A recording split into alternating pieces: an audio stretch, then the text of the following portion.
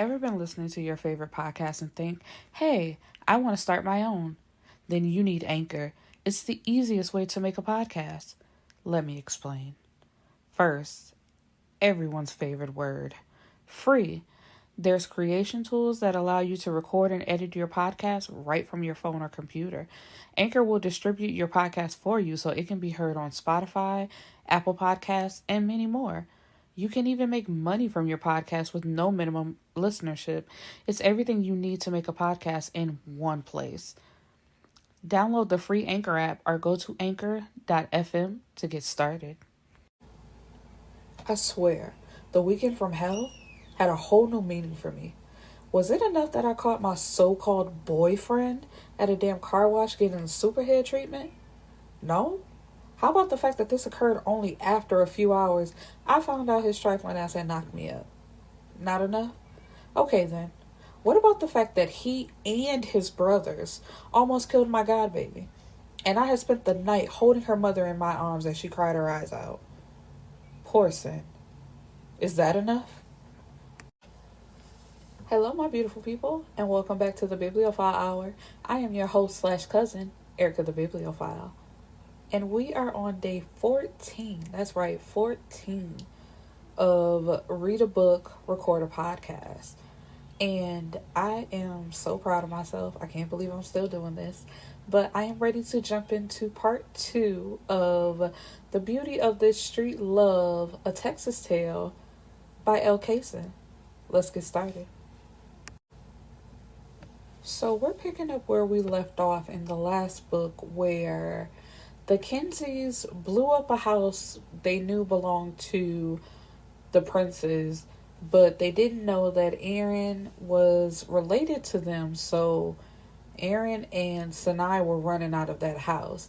And when Sin found that out, she had to break up with Trip. And, after the hospital, Shamar came home to take a shower, and she's curled up on the couch with some ice cream because she also found her boyfriend/baby daddy at the car wash getting head from somebody else. So nobody's life is going right now. But as she's on the couch, she hears keys in the door, and she knows only 2 people have keys to her house. One is Sin, and of course she's not showing up because she's somewhere with her baby. So that leaves Trey. And she tells him, "You're not finna just be coming in and out my house. I need my key back." He ignores her and jumps into, why you got that robe on? You better have been in the shower. I've been reading, and you don't need to be sitting in a whole bunch of hot water. And it's like, as in expecting dad, now he's reading all the books and he knows everything. So he's telling her what to do. And she's not paying him no attention. And then he's asking her, what did she eat? And she's like, it's not like that between us. And you just need to leave me alone. But he tells her, you can stay mad as long as you want, but my baby ain't gonna catch the effects. And she tells him, ain't nobody that going over you. I will be taking care of myself and my baby. I don't need you to be telling me nothing. And he tells her, let's just fucking make up. I don't give a fuck about that girl. She set me up. And, he's kissing on her, and it seems like she's into it. But then she starts whispering, I'm not going to be her. I'm not going to be her. And, this throws Trey off guard because he's like, you're not going to be who? And come to find out, she has an aunt, and her uncle, the aunt's husband, is a hoe. He slept around their whole marriage, and when the aunt catches him, he either blames her and she accepts it because she's insecure, or he lies so much that she doubts herself, so she's not believing what she saw. And she says she stopped believing her own eyes and ears and instinct, and because she's embarrassed to be around family, because she knows that the whole family knows that her husband is cheating on her, she just stays away and stays with him. Trey is confused. He's like, what does that have to do with us? And she says, Tremel, I saw you with my own eyes. I saw that bitch with my own eyes. You keep saying let you explain. And even if she did somehow set you up, what made you ready to fall for it? You're not a naive man. You knew she wanted you. Everybody knows that, hell. And, he's just expecting her to have more trust in him. But it's just like, if I come into a room and I see somebody down on their knees between your legs and it doesn't look like you're pushing them away, it looks like you're enjoying them, what could you possibly have to explain? And okay, say she did set you up. You guys were out in the open. You could have talked out in the open. You didn't need to go into a private office for her to get closure, because that should have been step number one. Or, your first instincts, like, why are you trying to get me alone so bad? But he didn't do that. And so now he's feeling away and he says, you said you trusted me. You lied. And Shamar says, I have to trust myself, Tramel. He said, do that. I won't try to explain again. And it's like, yeah, when you think about the pictures that were put up on Facebook, like how it was shot after shot after shot of them talking. And it's like, how are these pictures put up so quickly if she was the one talking to him? But still, it's like, Trey, that's your own business. You were supposed to catch on to that. And, like, you can't get mad at her for trusting her gut, which says, like, nigga, you doing dirt. We get a flashback to a year ago from Chantel's point of view. And she is 19 at this time. And her and Tamir are so in love. And, their relationship is going great. She texts him telling him, I got a surprise for you. And he says he has one as well. And he goes first. His surprise is on the left side of his chest. He has a picture, like a tattoo, and it's a portrait of her. And he's like, now, where's my surprise? But before she could tell him what his surprise was, someone is banging on their door. And when he opens it, he has his gun cocked and ready because of what they do. It could be anybody. But it's a girl. It's a girl that Chantel didn't know, but apparently Tamir did, because he says, what the fuck are you doing here? And she had never heard him talk to a woman like that before. And she says, chill, Mir. You ain't got to shoot me. I just came to meet stepmama. And he frowns at her saying, what the hell are you talking about? And her name is Daria? Or Daria. Let's go with Daria. And she says, I'm pregnant, Tamir, and it's yours. And this devastates Chantel, because she says the one thing she told him, or she asked him never to do, was cheat on her, and he did. And, of course, he starts on, baby, that bitch lying, don't believe her. And Chantel's like, so it's not yours? And he says, hell no, she probably ain't even pregnant. And she smiles in relief, thinking like, okay, whew. But then, she had to think about it. But could it be yours, though? And he couldn't answer that question. And, she almost falls, but he catches her. And she tells him, get away from me. And she goes to pack her bags. And she pulls out a suitcase, and she's just leaving. And the last thing she threw into the suitcase was her positive pregnancy test.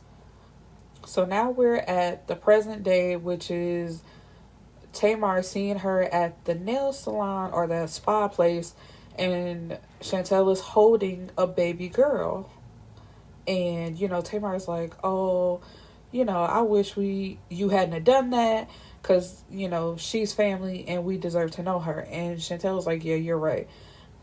And Tamar also says, I don't give a damn about you or Tamir overgrown ass, but she is ours. And we have a right to know her, and she has a right to know us. And Chantel agrees. She says, I know, Tay, I know. I'm not going to lie. I was pissed at first and didn't want to have to co-parent with him. But as time passed, I just didn't know how to tell him. And I knew he was going to be furious after she got here. I swear I've been thinking about how to tell him, especially since he got shot. I never meant for him to leave this earth without knowing her. And her name is Noah, which is Tamir's middle name. And that was so cute. And Tamar feels bad for both of them. They obviously still love each other. But Chantel's pride and pain stood in the way of their reconciliation. And that's not the only thing to it. it's also Tamir's deception and the possibility that he has another baby. So it's not just Chantel's fault. But of course, Tamir is Tamar's twin and her brother, so she's going to be on his side. But before she leaves, she got to hold the baby, and she tells Chantel, I have to tell him. And Chantel says, yeah, I know. So Tamir is hanging out with his brothers. They're shooting pool, just talking, when Tamar calls him and says, I just seen Chantel and she had a baby with her. And the last time when Chantel saw him in the hospital, she told him that she was seeing someone. So, although he's hurt, he's just like, she told me she was seeing someone. I guess she was more than seeing. And Tamar is just like, Tamir, stop it. Her baby looks just like us, and her name is Noah. So this is, baffling to him, and it's news to him, and it upsets him. Because he says, I know she didn't do that. I know that bitch didn't hide my seed from me. And it's just like, dang, how did this go from the love of your life to now she's a bitch? And, he gets into her place, and he's standing over her, and he's just looking at his daughter, because it's just like, wow. And he says, I hate her for what she did, but I love her at the same time. And when he gets to her place, the way he wakes her up, because her and the baby are sleeping, and he says, wake your trifling ass up and pack some shit for you and my shorty fast. And she tells him, I know you might want to spend time with her, but I'm not going anywhere with you. And he shrugs and says, I don't really give a fuck. My family and I are at war with some dangerous people who look for any sign of weakness and try to hit us there. My baby will not be staying here for somebody to come along and kidnap her to use as leverage. So get her a few things together and I can buy whatever else she needs. You can stay wherever the fuck you want. Knowing how I got in here and you didn't even wake up, it shouldn't take them long to sneak up on you. After they send about 10 dudes to rape you and beat your ass, they'll make you call me. And I won't answer, bitch, so it's up to you. And this is, like, it took me back. Because it's just like, okay, yeah, you're upset, but all of what you just said is so unnecessary. And I know people say things when they're hurt, but that right there, we would probably be done after that. Because it's just like, you saying somebody could possibly rape me and you don't care, and you calling me all these type of bitches, and no, we would be done after that. And she just gets up without saying anything to him and packs her stuff. As they're walking outside to his car, she sees that his car is a Maybach, which, a year ago, that was the car he always talked about getting. And, she says, you finally got the Maybach, huh? And he didn't say anything to her, which, of course, hurts her feelings, but he doesn't want to talk about it and just wants her to get in the car before she realizes that the car is her favorite color, which is emerald green. And I just thought that was kind of cute. And when they get in the car, she asks him, where are we going? And at first he was going to take them, all of them, to his family's estate. But then he takes her to his place and he calls it home. He says, home, we're going home, Dubois, because that's her last name. He calls her by her last name. So Trey goes to visit Shamar's Aunt Amber that she told him about. And he tells her, look, I didn't come to upset you. I just want you to reach out to my girl. You don't seem miserable to me. Maybe your husband fucks around because you do too. Or maybe you don't want to be bothered. Or maybe that nigga is fucking you over and you're a doormat. Whatever it is, if you care about your niece and her happiness, you need to call her and visit her and let her know that you're a happy, willing doormat. And she doesn't even try to defend herself. She just says, okay. Sin is now back to having 2 times a week lunches with Aaron. And she's bored to tears. There's only so much she can listen to about his plans with his uncle, Alonzo Prince, which she didn't even know about until a month ago, and Tripp had to tell her. And Aaron wants them to be back together. And he tells her, look, Sin, I know you think you had feelings for that thug, But if I hadn't been awake, he would have killed our baby. You need to put him out of your mind and think about what I suggested a reconciliation. Aaron said that they should make a family where their little girl has both parents.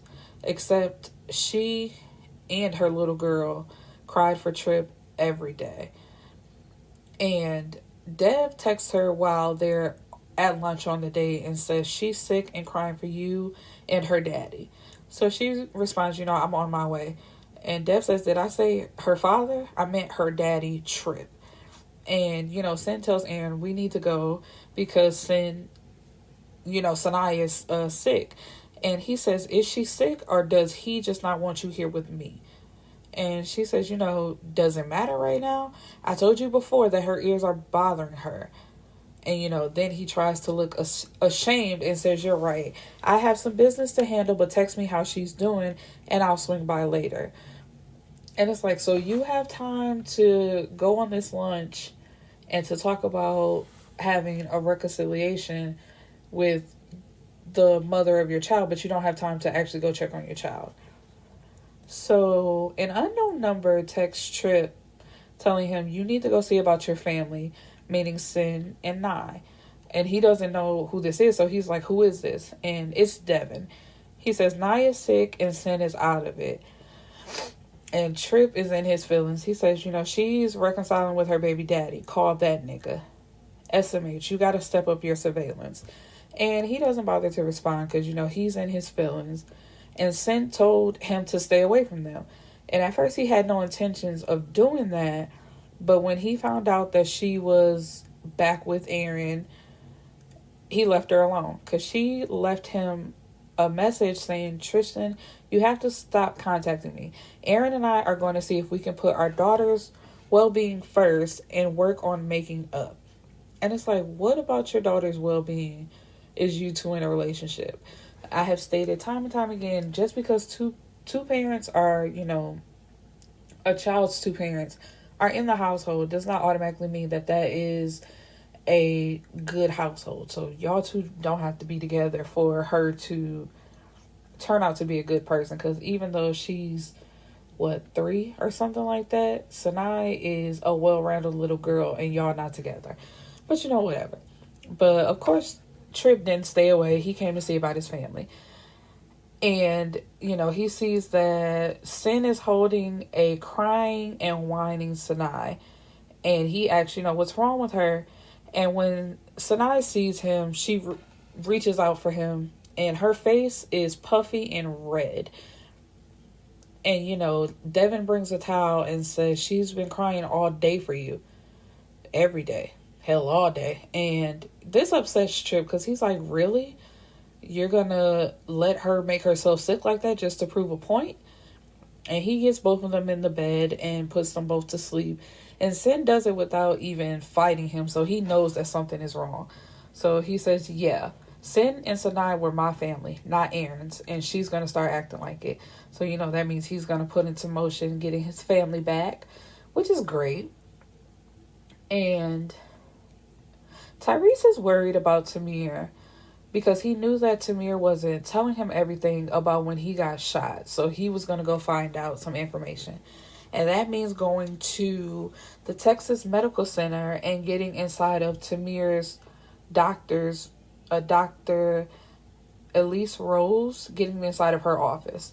And, he said he could have waited to talk to her, but he would find out more information from her files than questioning her. And Dr. Rose is described as a well-rounded Lauren London. And like most women, his little cocky self, the little doctor was feeling him. He debated making her admit it, but he'd leave the bougie, smart chicks to Trey. He liked his women who like to get down. And Tyrese is smart. He's been hacking into computers all his life. And hers was a MacBook, so any information he found, he could just airdrop it to himself. And then he would, being nosy, going through her stuff.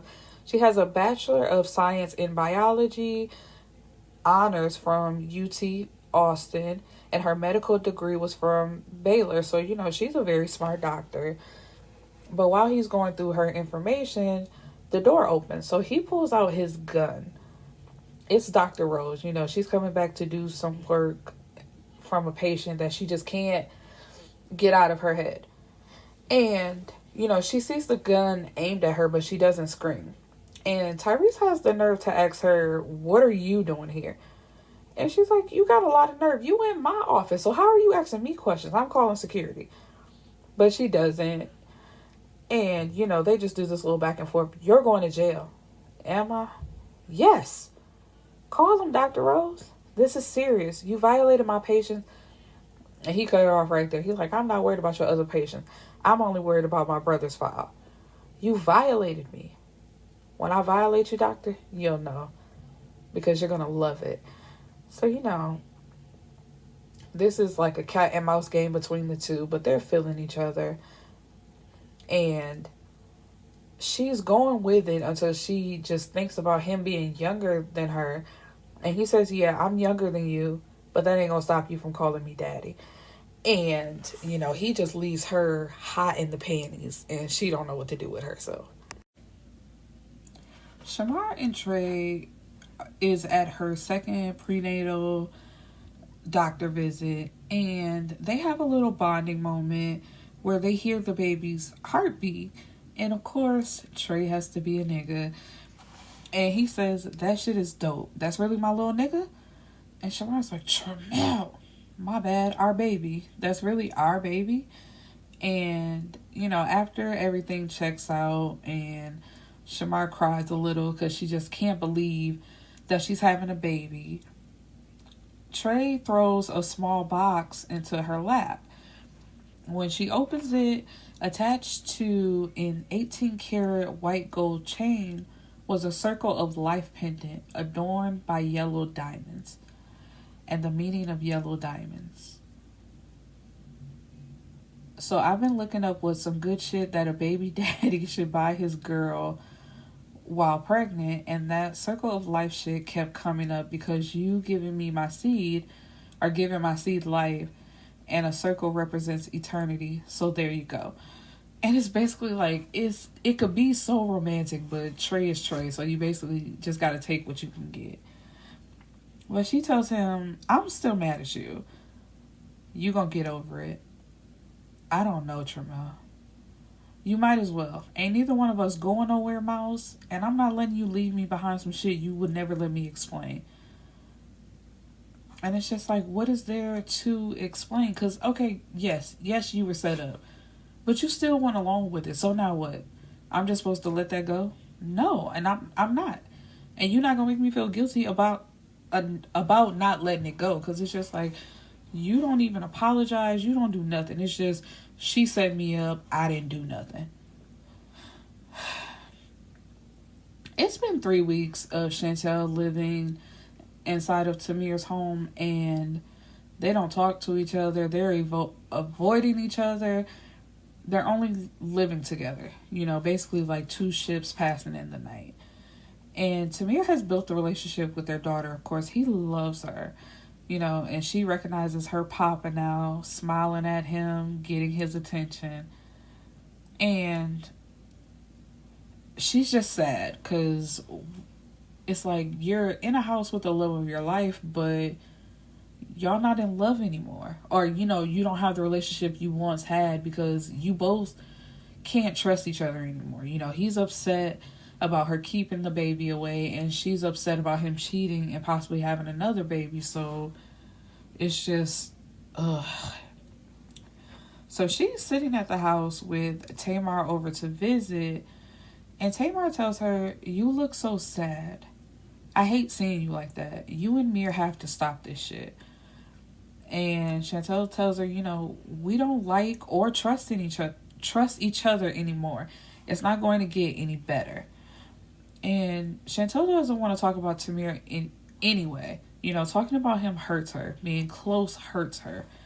Seeing the way he looks at her hurts, you know, and still being in love with him hurts. She's just in a lot of pain right now. And Tamar says, you know, weren't you seeing somebody recently? And she was dating a guy, but it wasn't going to go anywhere because she's still in love with Tamir. But, you know, Tamar has a plan. She says, why don't you go out with him again? See if you feel the same way you did when Samir wasn't in the picture. If you do, fine. You can pursue that. But if you don't, you need to figure out what that means. And, she figures she's right. So she texts Aiden and asks him if he wants to meet up for dinner. And she agrees because it's like, just sitting around this house moping isn't going to do me any good. And Tamar, she feels bad for what's about to happen, but she has to give them a nudge in the right direction. And she says, I know two things were about to happen. Chantel was about to realize her new boyfriend was only a diversion, and Samir was finna blow the fuck up. Because just like men, they can do their dirt, but the moment a woman, and it's not even doing dirt, it's just attempting to move on, they lose their fucking minds. So, of course, Chantel goes out, Tamar is watching the baby, and when Samir comes home, he picks up his baby, and he's like, Dubois upstairs? Tamar's like, nope. Where's she at? You concerned? Could have sworn she said you told her you wouldn't care she ended up gang raped and beaten. Where's she at, Tay? Where you been, Mir? None of your damn business. Out doing what the fuck you want and fucking who you want while she spends most of her time here? How does that make sense? Tamar, where is Dubois? Out. Can you just tell me where? Wherever Aiden wanted to take her, I guess. And his jaw drops. And, this makes him so upset. And he's like, my baby mama thinks she about to be all over Houston with some nigga? Nah. And it's just like, you haven't even been in this house for the last 3 days. You could have been dead for all I knew. But you hear that I'm going out with somebody and all of a sudden it's nah? Nah what? And he was Dubois' first, and as far as he knows, her only. She had birthed my seed. She lived in my house, and I took care of her. She was mine. And I'll be goddamn if she and my plotting ass sister was gonna fuck that up. And it's like, what are they fucking up? Because I hope you don't think, like, you treating her like that, talking to her like that, meant that y'all was getting somewhere. Because it wasn't. It's like, y'all haven't seen each other for what? 15 months? Because she left when she found out she was pregnant. So you think 9 months and then 14. Because the baby was 5 months. So 14 months, y'all haven't seen each other. And when y'all finally do see each other, the messed up stuff you said to her, and then y'all never around each other. So what are they messing up to me? And, he hands the baby back to Tamar. And she's like, I was about to leave now that you're here. I'm sure you volunteered to babysit, so keep going. And she tells him, don't do nothing stupid. Y'all should have thought about that. What the hell are you tripping about? Y'all not together? Stay claiming you can't stand each other, won't even talk to each other. Since y'all broke up, you've been so free with it. I'm surprised we ain't caught you fucking a wet hole in the ground. But you mad somebody wanted to take her out and treat her like somebody? And I bet your trifling ass thinks she's supposed to go without sex too. Selfish ass. And she tells him, fuck you, Mir. I hope that nigga breaks her back. And because he's so upset, he says, you're a stupid, meddling bitch. And of course this hurts her feelings. And she says, well, I'm going to take my bitch ass home then. And he wants to apologize, but of course he can't. So after Tamar leaves, he doesn't even last 5 minutes before he's calling his mom to watch the baby. So when he drops the baby off, Trey hops in the car, just to go along for the ride. And while they're driving, Trey asks, so what's the plan? And his only answer is he wants to see what she's doing. And Trey is confused because he's like, ain't no way I'd be talking about seeing what my shorty was doing with another nigga. She'd be seeing that I wasn't playing no games, and that nigga would be getting ready to see the roof of somebody's church. And to me, like, he's just confused. I want to go in there and blast all that shit, but she ain't my girl, technically. And Trey is just, he's like, what is going on? Talking about technically, either she is or she ain't. And if she ain't, why you got me out here? And it's like, ain't nobody got you nowhere. Didn't nobody tell you to hop in the car? I dropped my daughter off. You could have stayed right where you was at. And, he's like, nigga, you volunteered to come. And I want to see this nigga set some rules. Let him know that he better not even lay hands or eyes on Noah. And as crazy as he's portrayed to be, Trey is my favorite. He like, you finna meet up with this nigga and set ground rules on how he should date your girl. And Tamir, unfortunately, has to face the reality that she is not his girl, despite the fact that he wants her to be. So Trey, again, asks him, so what you want to do? He said, what I want to do? You know what the fuck I want to do? I want to bust up in that bitch, body that stupid ass nigga for even looking at her, then drag her little ass out. I want to take her home and remind her who daddy is. Make sure she can never forget. That's what the fuck I want to do. But of course he can't do that. So it's just like, what's up? And as they're heading into the restaurant, Chantel and Aiden are actually coming out. And he lifts Shan's chin, to kiss her. And next thing you know, to me, it's just a blur of movement. He has Aiden on the ground and he is just punching the mess out of him. And of course Chantel is screaming her head off like, okay, that's enough, stop, please. And I don't know why she would look to Trey for help. And it's just like, this nigga loves chaos. He loves fighting. He dismembers people for fun and he gets enjoyment out of it. How did you think this nigga was gonna break it up? But because she was crying, and as tough as these niggas is, they can't stand to see a woman cry. So he pulls his brother off of him. And Chantel bends down towards the guy and apologizes to him. And this sets Tamir off even more. He like, you apologizing to this nigga? Get up. And she tells him that she hates him, but he ain't paying her no attention. And he just tells her, give your keys to Trey. We about to go home. And when they get home, it's nothing but an argument that really makes no sense. And he tells her, you really think you finna have an attitude with me about some nigga? Nah, it don't work like that. You were so wrong. And she tells him, you were so wrong for that. That man did nothing to you. And you beat him like some type of savage. He didn't do anything to you. He did do something to me. He touched something that belongs to me. Now he knows better. I do not belong to you. Aiden is my friend, and what you did out of some fucked up sense of possessiveness is horrible. Exactly. Like, Chantel, you are so right. Like, nigga, I'm not your property, no matter how much you think I am. And it's just like, for you to attack somebody that you see me walking with, it's just so, like, it makes no sense. But, he starts walking up on her. What part of you doesn't belong to me, Dubois? You gonna lie and say, what's up under here? He's touching her body. Doesn't belong to me? Your breast that nurse my baby? Your heart that I know is mine? Your lips don't belong to me? When I can make you fall apart with a kiss? His hands left my breast and traveled down to brush across my stomach. This spot right here, that got big when you carried my daughter, that's mine. And your womb, I'm the only nigga that's ever going to plant babies there. Any seeds that grow there, mine. And, he's seducing her with his words, and she's falling for it because he just has that hold over her. And he says, yeah, you're mine. All mine. I'll kill another nigga before I let him have you. I take care of you. I provide for you. I put this roof over your head and the keys to that Benz in your hand. I make it so you never have to worry about money again. You will not disrespect me by entertaining another fucking nigga. You are mine.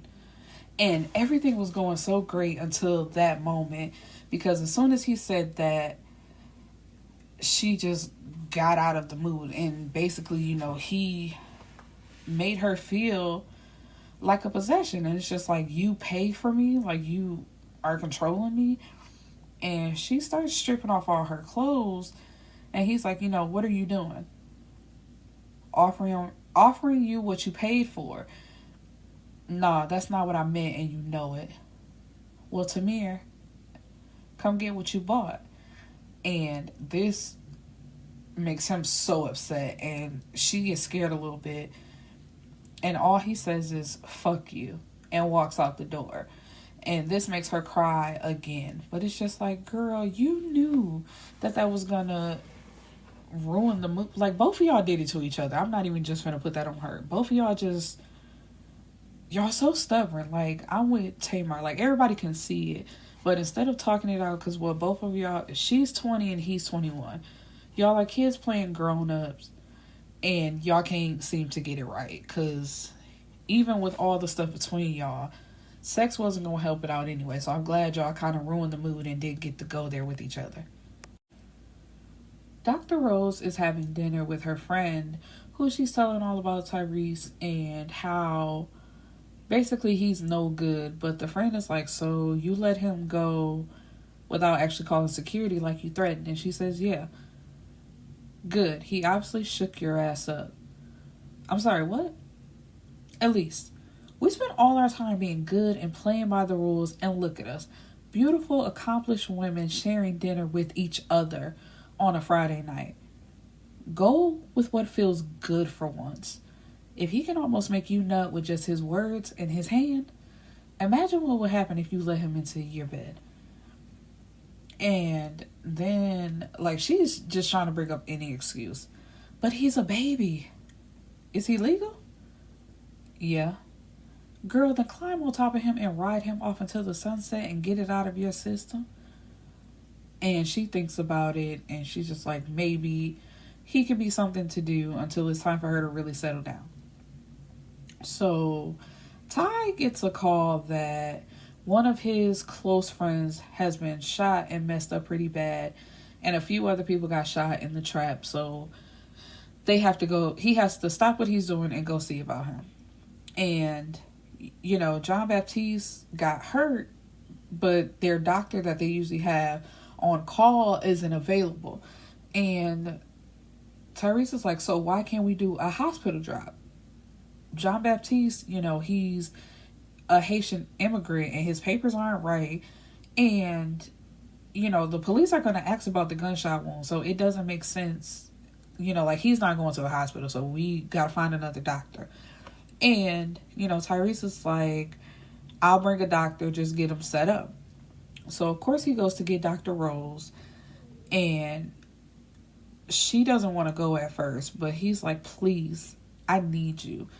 So she goes and, you know, they quickly get John Baptiste patched up. And he throws her a bag of money, a small duffel bag. And she's like, you know, what is this? And when she opens it and sees all the money, she thinks about it because her parents, who are good people, they're offering up their house because her brother is a drug addict and stays in trouble. So, you know, that money will really come in handy of paying off some of her loans and helping her parents out with her brother. So, you know, she takes the money and she asks him, you know, do things like this happen often? So he's looking at her like, why? And she's like, you know, a side hustle never hurt anybody. So, you know, I'd be willing to do this again. Shamar texts Trey asking him to come over because she's made a decision about their relationship. Trey ain't trying to hear it. And he just texts her, you know, I'm working right now. I'll get up with you later. And Ty asks how JB is. And, you know, they just say he's gonna make, well, no, Trey asks Ty, how JB is. And he's like, you know, he's gonna make it. The doctor promises to check up on him. And Tripp says, I can't believe one of your hoes is a doctor. And, you know, Ty, these names, I get so confused. You know, he kind of gets offended. He's like, you know, she ain't no hoe, so watch your mouth. And all of the brothers like, excuse me? Not the one who was going to play till he died, getting defensive about a woman. And then the conversation switched to a party that they're having on Saturday. Tavi is finally turning 18, and they didn't want to rent out a club because, you know, his girlfriend is going to be there and she's pregnant, so we want to make her comfortable too. And, you know, the meeting is over. He goes to see Shamar, and he's like, you know, is something wrong with the baby? She's like, no, I just need you to sit down so we can talk. And he's being stubborn. My ears work just fine. And she's like, well, I'm not going to talk until you sit down and do what I say. He snatches the remote out of her hand and throws it against the room. And, it breaks against the wall. And he's like, look, I came like you asked. You think you finna keep playing these games with me, and you not. I ain't a nigga to be played with. And she's just like, or what? What are you gonna do? And that was the thing. At that moment, he realizes that he's in love with her. And that he can't do what he normally do, which is torture people or just flat out kill them when they don't do what they want. When they don't do what he wants them to do, excuse me. And he says, I don't give a fuck what your little decision is. I told you what it was going to be. And that's basically, they going to be together. So she might as well just get over it. And they have sex. And although they have sex, that still doesn't mean that they're together in her eyes. And she tells him, we have the most unorthodox relationship. We met as a result of my being kidnapped. And we had sex within a week of knowing each other because everything was so intense. And then everything with your family business and this undeclared war and Katara and the incident and the accident with Sanai. And now I'm pregnant. All within 2.5 months. It's so fast. Too fast.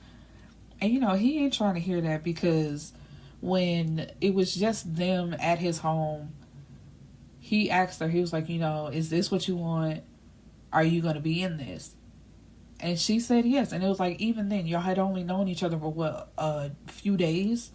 And he was like, if we going to do this, we going to do this. Are you in? And you agreed. And she just says, I was caught up. I'm still caught up. And he like, I'm not trying to hear none of that. But she's like, I think we need to slow down. He said, we just had sex. You're carrying my baby. It's too late to slow down. You in this with me. And all she really wants is a date. Like, take me out on a date. Let's just do things together as a couple would do. And, he's going to try. And it's like, really, for somebody like Trey, that's all you can work with, really. Trip won't leave, and Sin is very annoyed. And he's always with the baby. They're inseparable. And he takes Shania to preschool, or what is it, 3 days a week kindergarten prep. That's what she's doing. And he picks her up. He stays for dinner. He helps her practice her words and math, and he helps her pick out her clothes for school the next day. It's just so cute, and it's really wearing Sin down because he's so good with her daughter, and he loves her too. It's just like, it's really a series of unfortunate events that keep happening and also endangering the baby, unfortunately. And so, they're going through their daily routine, and Trip is about to leave, and he tells her, I'll be by to get her in the morning.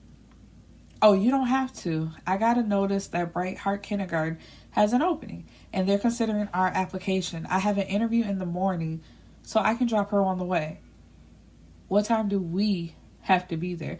And I'm like, I don't know why she would mention this trip. Like, he wouldn't say anything about this.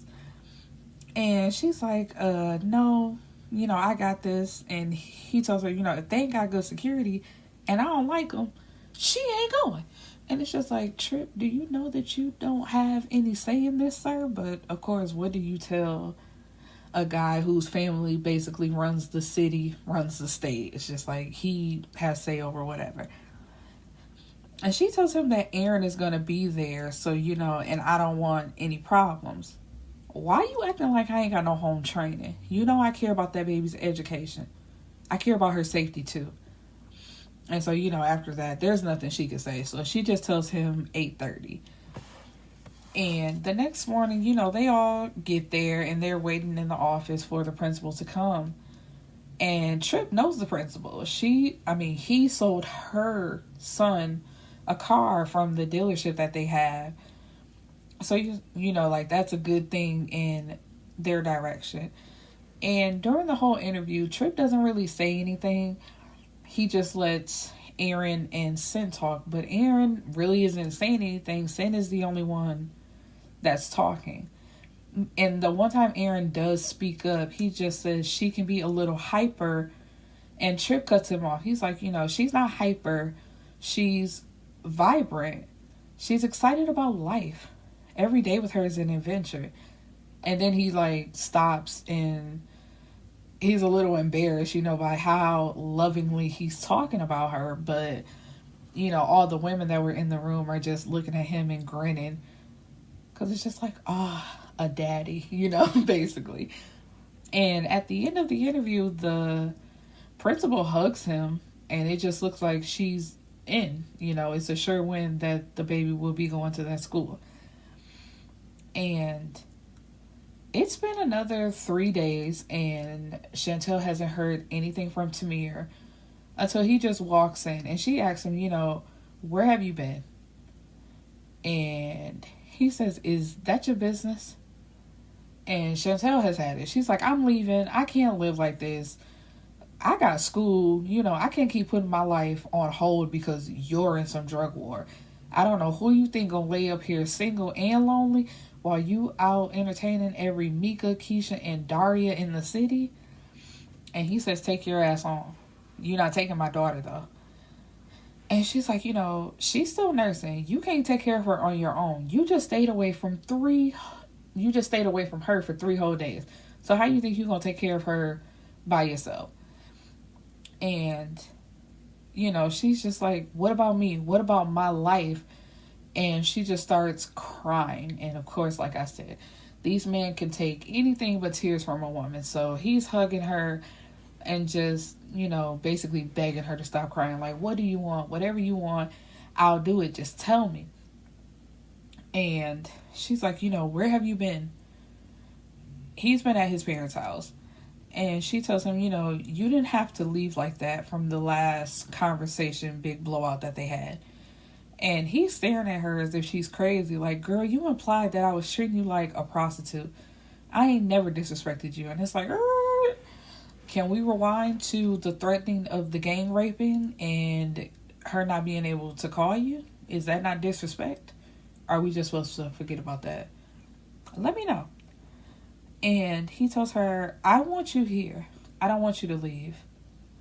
You just make me so mad when you say that you hate me and you don't want to be around me. So what are we going to do? I don't know. I just don't know, Dubois. And it's just like, what don't you know? Like, either y'all going to try to make it work or y'all not. It is date night for Shamar and Trey. And what started off great ended in an utter disaster. So Shamar tells him that her aunt called and she apologizes for being distant, but that she is also happy and that she somehow knew that Shamar was pregnant. So she knows that that was Trey's doing. And he tells her, I fuck up all on my own. I'm not paying for somebody else's fuck up too, namely your aunt. And their date officially starts at a play, but Trey falls asleep during the play and he snores. And one of the other patrons tells her, you can do better. And then he also says something to Trey, but Trey tells him, you might want to move along, but you don't get to see no more plays at all. And Shamar is embarrassed by that, and she just wants to leave. But he begs for another chance to make up at the ending of the date, which is dinner. But when they get there, the way, and I'm not putting this off on Trey. Now, yeah, he fell asleep at the play, but if that's not his thing, I'm not going to put that on him, because it's just like, you got to stop trying to force people to go to things and do things that they don't like. So, okay, you trying to be quote unquote sophisticated and enjoy a play and have a nice dinner. And that's just, he don't do stuff like that. So, hey, whatever. And he also tells her, stop trying to turn me into somebody that I'm not.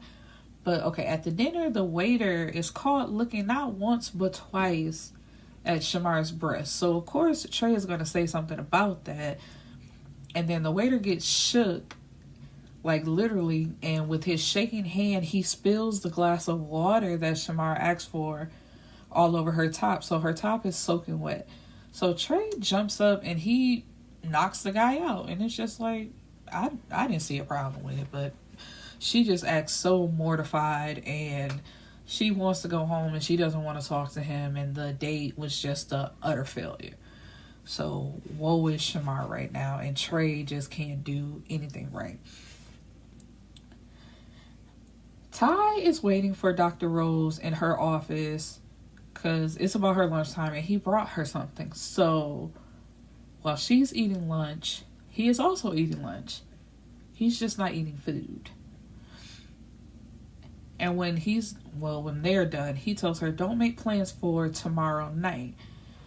And she's not really feeling that. A casual affair was one thing, but she just feels like he has the power to have her in her feelings. And a relationship with him is totally unacceptable. So the next morning, he shows up to her house, and she's like, what are you doing here? And he's like, I didn't tell you about the plans for tonight. We're going to a party. About that, Tyrese, we have undeniable chemistry, and I know that we're going to end up in bed, but our worlds are so different. From the situation with JB to your clothes and your vehicle, I get the feeling that you're involved in some things that may not be good for my career. So what are you saying? I don't think we should go out together. Run that by me again? Let me get this straight. Not only do you want to work with me secretly, you want to fuck me in secret? And Ty is just ready to go off. And he asks her, so now you too good for me? And then she just feels some type of way. And she brings up, what I did for JB, I could lose my license. But weren't you the same woman that asked him if this happens often because a side hustle could never hurt? And I hate that because it's just like, you do feel like you're too good for him, but you're also willing to be a part of his life just when it's convenient for you. And then you want to have this better than complex later on. The cops, and she tells him, the cops could follow you here and ruin any chance I have of achieving my goals. I've worked too hard and I owe too much to my parents and myself. Put yourself in my shoes. And so of course, the playboy who saw himself opening up immediately closes himself off. You want your back blown out? I could put you in a rotation. You don't have to be so crude. And it's just like, actually I do. Because I'm trying to be polite, really trying to court you in the Kinsey way, whatever. But you just completely blow me off, making it seem like I'm just some common street thug that you're too good for. So I'ma act like that. And then he's just like, put your number in my phone and I won't pop up on you again. I'll just call you when it's business. And not even a few minutes ago, she was trying to kick him out, but now, do you want coffee? And it's just like, so now that he's giving you the energy that you've been asking for, you don't like that. And now you're trying to be polite. And, he's like, this is basically her loss because, his family, they own car dealerships, they have an advertising firm, they have a cleaning service, a luxury bread and breakfast, they have 2 salons, 3 barbershops, their dad flips houses, and their mom is a realtor for upscale properties. It's just like, and they're about to start a restaurant in hopes of building a chain. So it's just like, although they look like drug dealers and they are in the drug game, they have so much more going for themselves. People just see what they want to see and make their own assumptions. And that's what Dr. Rose is doing. And it's going to come back to bite her in the ass. And, their parents instill in all of them getting an education. Tripp and Trey, they have their bachelors.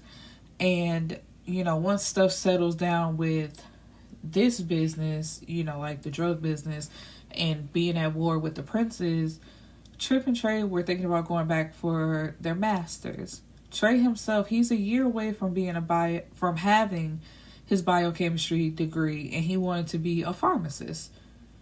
Get it? they're already dealing with drugs and he wants to be a pharmacist. Never mind. And the twins are approaching their senior year. So it's just like, everybody is smart. They just choose, their style is their style.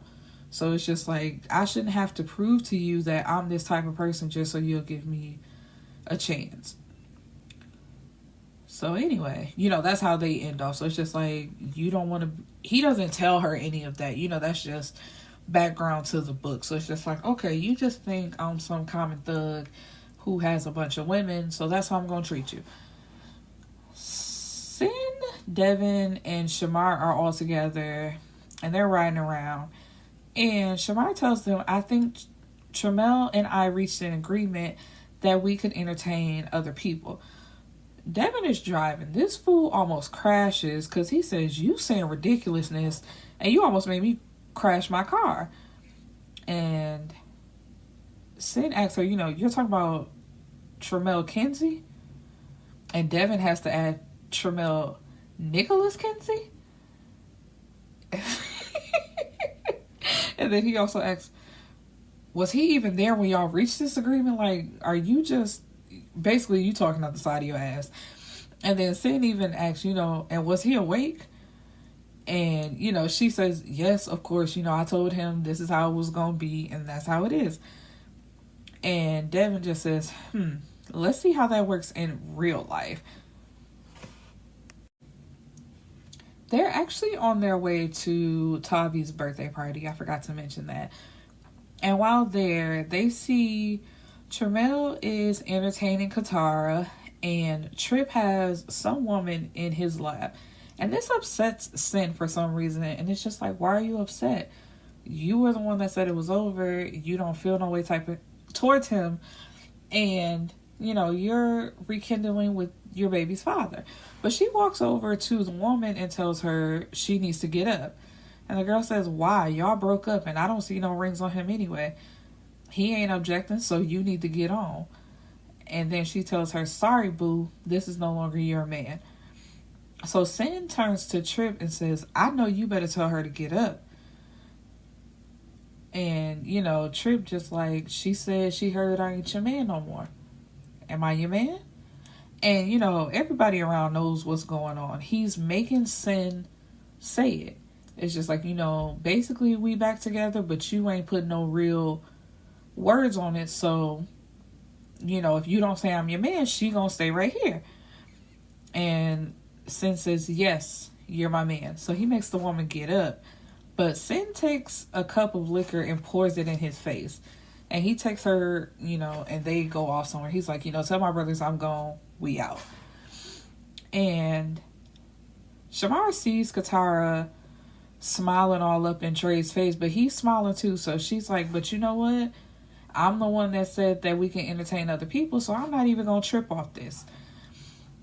And Trey's reasoning for talking to Katara is, you see what jealousy made Sin do, so he's hoping to get the same reaction out of Shamar, but Shamar ain't going for it. And she is talking to an old lab partner who, she went to school with. But the lab partner's name is Antoine, and he happens to be the brother of Dimitri, who works with the Kinsey family. And, Trey and Dimitri are dapping each other up, and he says, what are you doing here? And he says, stopping through with my little bro. He knows Tavion. His sister was Antoine's biology lab partner, and they're good friends. I think he has a crush on her. So I guess it'd be your girl sister too, huh? And Trey just takes off, started walking towards them, because he says, Tavi ain't got but one sister. So of course Dimitri puts two and two together. He's like, man, I can't let you kill my little brother. And Dimitri makes the introduction between Antoine and Trey, Tamir, and Ty. And he says, maybe you heard that your friend here is his girl. But Shamar says, oh, I'm not his girl. Basically shutting that down. And Trey tells Anton, hope you ain't got plans for my baby mama. I mean, I had my eyes on her for a while. Knowing that she's single now, And, like, they start to go back and forth. And Dimitri says, y'all need to chill. We're allies in this shit. We not about to fuck it up. We're not about to fuck it up over some damn girl. No offense, Trey. And then he tells his brother to step down. And his brother, tries to boss up. But Dimitri is the big brother and he's next in line. So he's like, I said, step the fuck down. And he has no choice but to listen. And, so Shamara's standing there alone. And Trey tells her, I told you that you didn't want to play this game. Because this is how it works.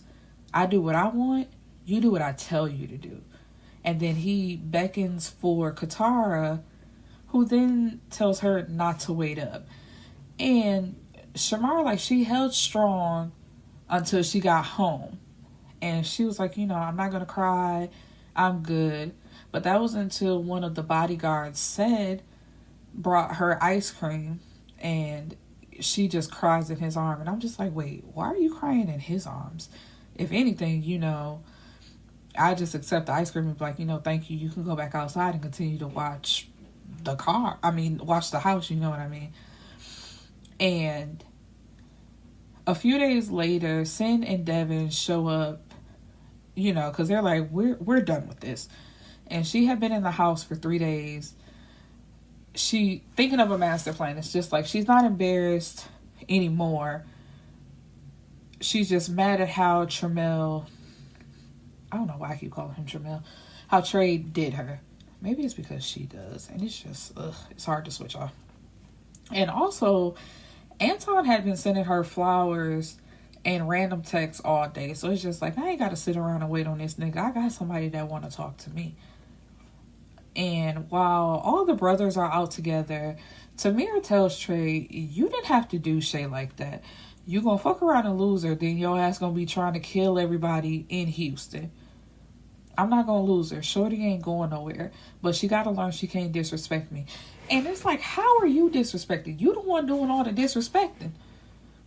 But we gonna let it go. And then Ty puts his 2 cents in and says, man, fuck these girls. And Trey like, hold on. Ain't nobody said all that now. It's just like, nigga, I don't know what's going on with you, but I didn't say fuck my girl. I just said she gotta calm down.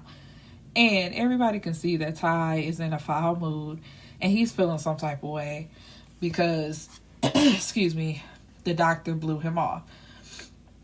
And Daria is texting Tamir again. And I'm just trying to understand, why does she still have your number? For somebody who's so trifling, was a hoe, that baby ain't yours. How can she still get in contact with you?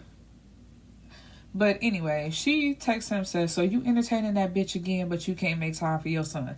And in all this time, so what, in all of the 14 months, it's just like, you ain't said nothing about this child, but now that you know Chantel is back in the picture, now you want to pop back up? And Tamir, why can't you see that? Or if you notice that, why wouldn't you put it so where she can't contact you? But he tells her, I'm going to find you and I'm going to give you to Trey. Of course she doesn't respond back to that because don't nobody want no problems with Trey. And the next day he takes Ty and they show up to her house. And she tries to slam the door and not let them in. But of course, they make their way in. And she tells Tamir, I can't stand you. Stay away from me. So why do you keep contacting him then if you feel that way when he finally shows up? And he asks, why do you keep trying to wreck my happy home? I just came to tell you to lose my number. In fact, lose your memory when it comes to me. Was I a hoe when you were fucking me? Yeah, that's why he fucked you. Because you were a hoe. And it's just like, at times like this, you should have left your brothers at home. But it made sense though. And she tells him to shut up, and she picks up a coaster and throws it at him. Ty caught it and threw it back, smacking her in the forehead. I play varsity baseball, Mom, so I don't even know why you did that. And if I was there in that moment, I would have died. You know how people make the situation worse by doing all that laughing and yelling like, ah, like how DC Young Fly be hollering. I'd be doing that. I'd be all over the floor. Because just imagining her throwing something at him and him catching it and throwing it back. Like, I play baseball. So I got good.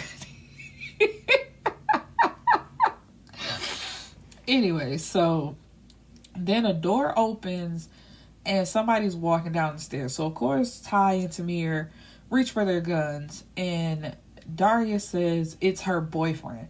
But it's a white man who's coming down the stairs with a light-skinned baby. And he's like, what is all this noise? Y'all done woke up Robert Jr. And she looks embarrassed. And it's like, what are you looking embarrassed for? This your boyfriend. And you done named this baby after this man. So I know why she embarrassed. She see her plan falling apart, and she done got caught up in her lie. But Ty looks at her and says, girl, this light, bright baby is the one you trying to lay on my brother after you done named him after another dude. I swear you take trifling to a whole new level. And Tamir looks at the man and says, are you Robert Sr.? Tell your girl, if she texts or calls me again about Robert Jr. and that he's my baby, my sister and her girls are going to beat that ass. Make sure she blocks my number. Matter of fact, I'm getting that bitch changed. And it's like, why didn't you do that from the get-go? And all of y'all standing right there in that room together. I think I did this with the last book of the Thug series, when it's just like, basically, y'all right there. And it's like, tell da-da-da-da-da-da-da-da. But you standing right there. You tell them. Just word it a different way. Like, basically, I want to make sure we all clear that your woman keep texting me talking about that your baby is my baby. So what we gonna do about that? Excuse me. But she's still insisting that that's his baby. And it's not. But they just walk out and say, don't let this happen again. Tamir's favorite store is Target. So he's making a run there. And while they are there, they run into Dr. Rose. And she is with her friend, but it looks like it could be her boyfriend.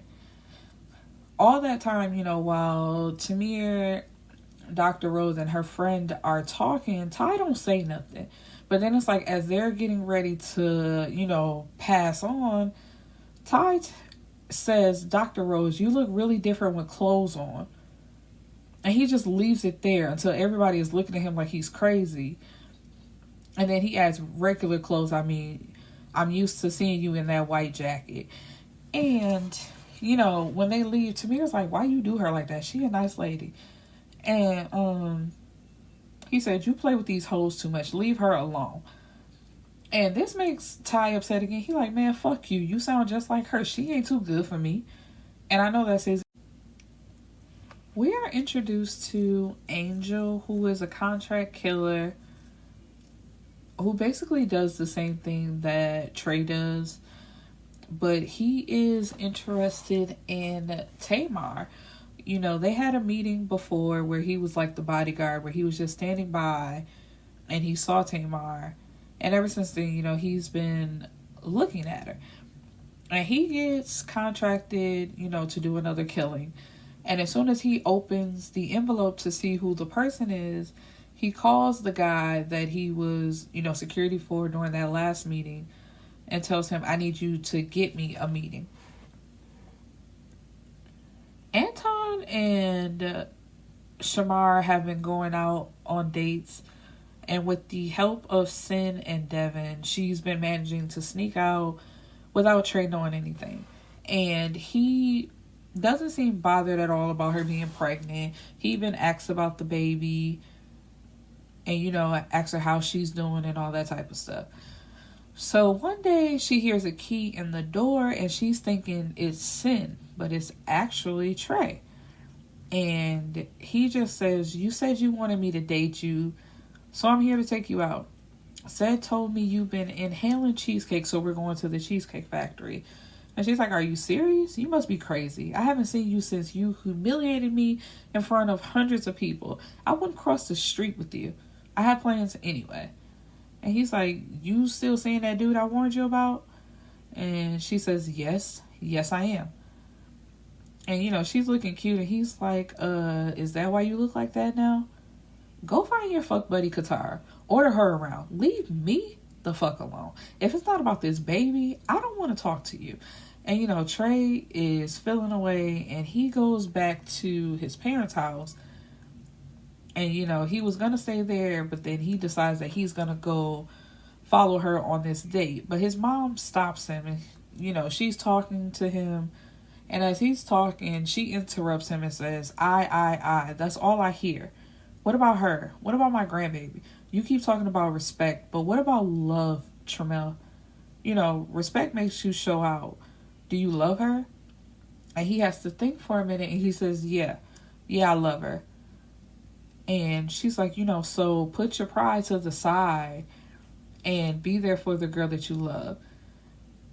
Ma, I got a name and a reputation to protect in these streets. You more worried about the streets than your home? And, you know, he has to think about it, and he promises his mom that he won't go out that night and, you know, won't look for her. But he gets a call from the guy, Daniel, saying, my cousin needs to meet with you and Trip. And, you know, he's like, I ain't meeting with nobody. And the guy interrupts, and Angel is actually Daniel's cousin, but he was still working with him that day. And, you know, the name rings clear to Trey. He's like, you know, he's just as deadly as I am, so why do I need to meet with him? So when they do meet, Angel asks him, you know what I do for a living? And Trey's thinking he's like throwing him shade in some type of way, like, do you know what I do? And he's like, that's not what I'm talking about. He was like, but I get a picture for my intended target and a little bit of a description. My latest is in this envelope. I want you to take it. So when Trey takes it and opens it up, it's a picture of Tamar. And they put a hit out on their little sister. And Angel paid the $1 million bounty and made it clear that she's never to be a target again. And the guy's asking, like, you know, what's in it for you? And Angel says, I met your sister. She's the most beautiful woman I've ever seen. And the guy says, so you lost $2 million because you have a crush on our sister? And Trip tells him, you know, think again. You ain't got a chance. She gonna marry a doctor or something like that. And it's just like, how y'all gonna dictate what y'all sister gonna do? Ain't that the same thing that Sim parents probably wanted for her? Dr. Rose parents probably want for her, but they got y'all thug asses, but y'all sister just supposed to settle down with a doctor or something like that. Angel laughs and says, your sister knows the game better than most of the niggas I've ever worked with. You can tell it's in her blood. Nah, it ain't no high school crush. She's a queen pin in the making. I'ma be her king. I'm staying in Houston till y'all get this mess sorted out, and I'm gonna be the invisible part of her detail. And, you know, basically they telling him, don't even think about it. And Angel says, I'm sorry if I've given y'all the impression that I needed your permission or give a fuck about what you think. It's just like, basically, I'm letting y'all know I'm gonna be her nigga, and that just is what it is. So Ty is texting Dr. Rose, and saying, you know, there's a job. Can you ride out of town with me? And she says, yeah. And then while they're riding together, she tells him, the way you acted in Target was rude. You didn't have to. And he cuts her off and says, you know, the way you acted like you didn't even know me was rude. Because when they did the introductions, I forgot to mention, she did act like, oh, yeah, you're his brother, right? Nice to meet you. And it's just like, oh, really?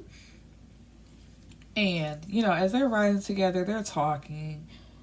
And Tyrese is just like, you know, she's going to be mine. So for the job, he really didn't even need her. She just rode together because she didn't work on anybody. And, you know, in the middle of the night when he comes back, he's shot. So she does have to work on him. But, you know, like, there was no major, like, bloodshed or whatever. But after they get in the bed together, he's like caressing her and filling up on her, and he tells her, you know, did you bring any toys? And she says, no. Should I have? And he says, you should have brought some toys if you wanted to get off. You're not getting my goodies until you decide I'm not a side piece. And she's like, you can't be serious. He says, I have standards, Dr. Rose. And it's just like, he got her back, and she couldn't stand it. She was all in her little feelings. And Antoine and Shamar are on a date again, and he asks her if she wants to go to a basketball tournament. She agrees, and the tournament happens to be the same one that Tamir and Tavi are playing in. So, you know, the whole Kinsey family is there. And while they're there, when Trey sees them together, he beats Anton's ass. And at first, Shamar is looking scared of her. Shamar is looking scared of him. And he's like, I got something I want to say. So he has Tamir go get the DJ's microphone, because there was a DJ there, playing music and all that type of stuff. And this is what he says. I'm going to say this publicly because I've done so much other shit publicly, and I want to set the record straight. I care about you. And it's just like, that's the best you got? But then he continues. You make me happy. Ain't nobody on this earth ever made me feel like you. I know you my sunshine and soft, but it's more than that. You're my everything. Seeing you with someone else, I ain't gonna never be able to deal with that, shorty. I just ain't built that way. I'm sorry for hurting you. I guess what I'm saying is, I love you, Mouse. And this is a big deal, because it's just like, what? The craziest nigga ever that slice up people, that tells stories while he killing people. And, just ain't nobody ever seen him be quote unquote soft. So to see this moment is crazy. And, she doesn't say anything for a while. Then she steps up to him and smiles and says, I love you too. And of course, here comes Katara walking up with tears in her eyes, says, so that's how it is? You gonna humiliate me like this? And she turns to glare at Shamar and says, don't get too happy. He'll be back shortly. So Shamar slaps her, then grabs her hair and hits her in her temple with her fist. And, then Chantel and Sin try to jump in and was like, we got this. And Katara's fists are aiming for Shamar's belly. So then Trey yokes her up and tells her, if you ever try to hurt my seed, I will make you watch as I kill everybody in your trifling family. And then he throws her. So she lands on her back and slides across the floor. And then he turns to Shamar like, how you gonna put our baby at risk like that? And she's like, you know what? I'm tired of you and her. Yeah, and what's about to start another argument? He's like, we're not doing this in public. Let's go. So Chantel and Tamir are in a good place. He's walking side by side with her, happy because they won the basketball game. Because, Tamir is described as he could have been the next, LeBron or Kobe Bryant, but his heart ain't really in basketball. So he does what he does. Oh, excuse me. And as they're walking outside, here comes Daria with her baby and her friends. And Tamir looks at her and says, don't bring your ignorant ass over here. And Sin is hilarious. She's like, baby, hold my hoops. These my good hoops. And it's just like, didn't I already beat your ass for approaching us like you ain't got no sense? And Daria's friends are like, yeah, but she got her hitters with her today. Try it today and see what happens, old foreign hoe. And Sin is hilarious. She says, my girl might be foreign, but you know what's all American? This blunt force trauma I'll put upside your head if you bitches think you gonna jump her. Please get froggy, please. And Tamir says, ain't nobody jumping nobody unless they want to end up floating in one of these bayous. And Daria says, look, I didn't come here for no mess. I can't. And it's like, girl, yes, you did. That's exactly what you came here for. But I just want you to acknowledge your son. And Trip laughs and says, talk about that glow-in-the-dark baby you named after a white man.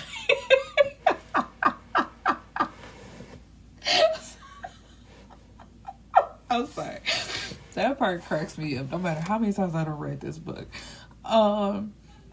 And, this upsets her. And she's like, because of Chantel, I had to make sure my baby would be taken care of. And I knew Robert was a good man. And Chantel tells her, here's a thought. Instead of depending on a man, you could get an education and a job. That way, all you need a man to do for you is his part dealing with his child. You wouldn't have to be as desperate as you sound right now. Which is like, girl, you do sound desperate. And it's just like, ain't nobody bringing up the fact, girl, ain't nobody heard from you in 14 months. But yet, here you go, because she back in the picture, you bringing up this baby. I'm like, Why did nobody say nothing about that? And he's like, he tells Daria, that baby don't look nothing like me. Look at Noah. She looks just like me. And Daria is throwing shots, honey. She said, I have strong genes. I didn't lay back and get run over. And then she says, it's not fair to Bobby. Bobby? Unless his last name is Brown, you set him up for ass whoopings in the hood. Him and Sid, like, they perfect for each other. They always got something to say. And, you know, she says, it's not fair. He's your family, too. And she has tears in her eyes. Trip claps his hand. Damn, girl, you a hoe and an actress? Look at your multi-talented ass. And it's just like, you know what? I can't deal. But Chantel says, give us a test. Let DNA speak. If he's Noah's brother, y'all go from there. And she just swallows but doesn't say anything. But Tamir nods like, yeah, give me a DNA test. And Sid says, that shit struck fear in your heart, didn't it? And, you know, she walks off. And Tamir says, baby, you know, he's like, don't even worry about it. But she tells him, it shouldn't even be a possibility, Tamir. I don't want to talk right now. He's like, we ain't going back. We going forward. Let's just find out and go from there. Go where? If that baby's yours, he absolutely should be in your life. And I want Noah to know her project twin. But you and I, we can't go anywhere. I could love your child. He's half you. But I can't live the next 18 years with Daria. I'll end up in jail. The brothers managed to kidnap Stefan, who is Alonzo Prince's son, and two of his goons. Trey cuts out Stefan's tongue when he wouldn't talk. And then when he goes to the next guy, he says, let me tell you a story. So, once upon a time, there was a little boy. He never knew who his real daddy was. His mama loved him to death and did everything for him. He didn't have much time to worry about his deadbeat sperm donor, especially because he ended up with a cool-ass stepdad. But one day, as a young man, he just had to know. So he did some research. Know what he found out? He discovered that his beautiful mama had been raped. That's why she never told him about his father. He was a child of rape. He felt that he would never hurt a woman like that. He found it to be one of the most disgusting, disturbing acts that could happen. He passed those ideas on to his 4 sons. They find it just as terrible as their father. You know who those brothers are? Of course the guy shakes his head. And Trey says, oh, I think you do. And all 4 of them raise their hands. And then the guy realizes what's going on. And Trey continues with his story. He says, my brother Ty found a young lady assaulted in a house with you and the other 2. He was pissed off. And the guy swears that he had nothing to do with it. And it's like, even if you had nothing to do with it, you were there while it happened and you didn't stop it. So Shamar's at home. And the day after the game, you know, her and Tramel had made up, so she's at home getting some sleep. But Sed wakes her up and tells her that her brother has been trying to call her and that Nene, his girlfriend, is having the baby, so she needs to get up and he'll take her to the hospital. So after they leave the warehouse, Trip speeds back to get home to Sin and I, and he finds Sin in the living room, and he notices that she's been crying. And she tells him that Aaron used his money to declare her unfit. Some judge awarded him custody, and he's going to take her daughter, or their daughter, and you know, he's coming on Monday. And Trip ain't going. He like, ain't nobody taking our baby nowhere. And she's like, how can you stop him? He has a court order. And Trip, his work phone rings, so he has to answer it. And it's a text. And when he reads it and shows it to Sin, whatever it is on the message, he has to catch her as she collapses. So Trey gets home, and before Shamar had left, she left him a note. And the note is saying that she's going to the hospital because they're about to have the baby. So Trey calls Tavi and, you know, like, what hospital y'all at? Because I'm about to come with y'all while y'all have the baby. And when Tommy realizes what's going on, he says, fuck. And it's like, bro, we not at the hospital. She not about to have the baby right now. So somebody lied to get her out of the house. And Trey just tells him, call my family. And Tamar is out the door, and she sees a shadowy figure dressed in black. And they must have taken her porch light out. So she reaches for her gun, but the guy is faster, and he aims his at her head, and he extended his hand to take hers, and he gestures with the gun, come on and walk out in front of me. And she fights for a little bit, but the guy manages to subdue her. And I guess on the other side of town, Tamir can feel something is wrong, because he says, something is wrong with my twin, call her. And, they don't get any answer. And he calls Austin, who was one of Tamar's details, and says, where's my sister? Somebody knocked him over the head, and Tamir just tells the guy, I'm going to kill you slow. But Austin says that the guy left a card. And when they get the picture of the card, it looks like a tarot card, tarot card, and it looks to be in French or something like that. And Chantel says, I think this is called the Prince of Darkness. So they think it's the Prince family. So the Jane Doe that Ty found at the Prince's house is awake, and she is vowing to get Stephen Prince back for kidnapping and raping her multiple times. And they had been injecting her with heroin, trying to turn her into a prostitute. But she does remember a Kinsley touching her face and promising to help her.